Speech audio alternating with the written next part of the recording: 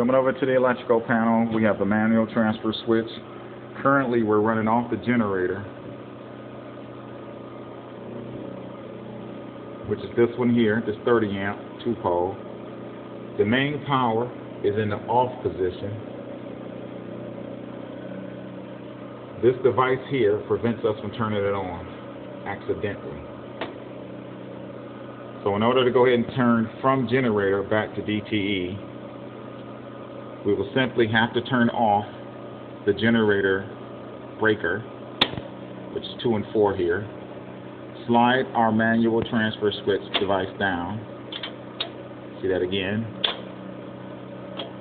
Which allows us to now turn the main breaker on, because prior to that, this piece of metal would prevent us.